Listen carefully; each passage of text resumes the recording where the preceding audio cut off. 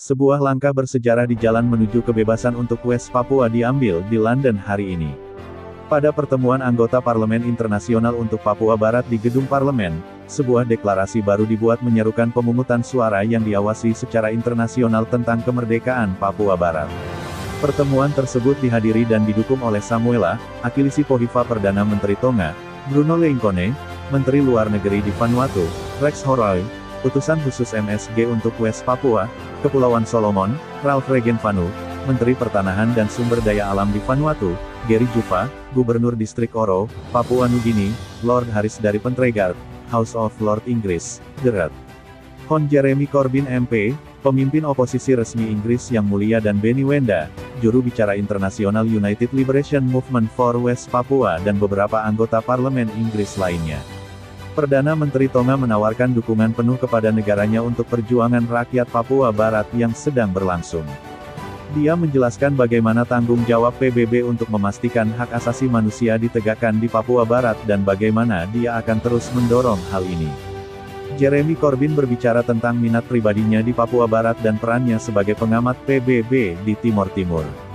Dia berbicara tentang perlunya keadilan dan hak asasi manusia untuk disampaikan kepada rakyat West Papua dan menyatakan bahwa dunia dapat terus mengalami konflik ini atau dapat memilih untuk hidup di dunia yang damai dan adil yang akan datang dari pengakuan hak asasi manusia, hak untuk semua orang, landasan kebijakan luar negeri.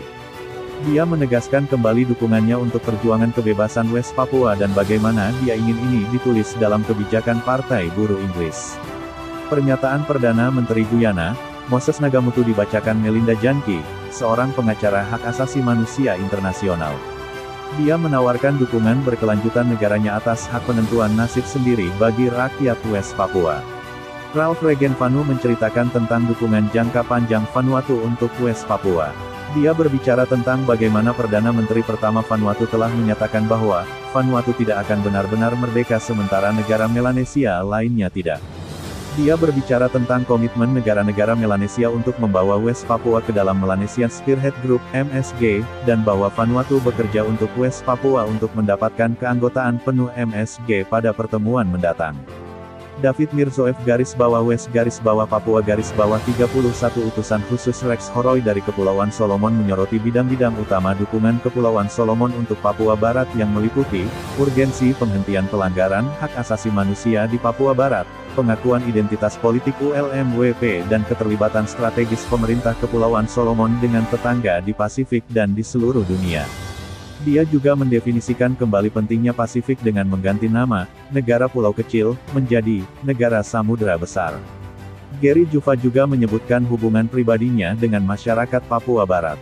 Dia menceritakan bagaimana ayahnya menjadi kapten kapal pertama pengungsi dari Papua Barat dan bagaimana dia berjanji kepada mereka bahwa dia akan melakukan segala yang dia bisa untuk berjuang bersama mereka untuk kebebasan mereka.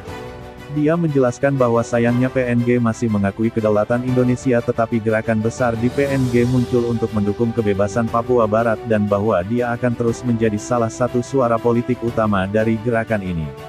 Lord Harris ingat bertemu Benny Wenda ketika dia pertama kali datang ke Inggris pada tahun 2003, bagaimana masalah itu hampir tidak diketahui saat ini dan betapa jauhnya hal itu terjadi hari ini dengan perwakilan dari negara-negara samudera besar memperjuangkan penyebabnya.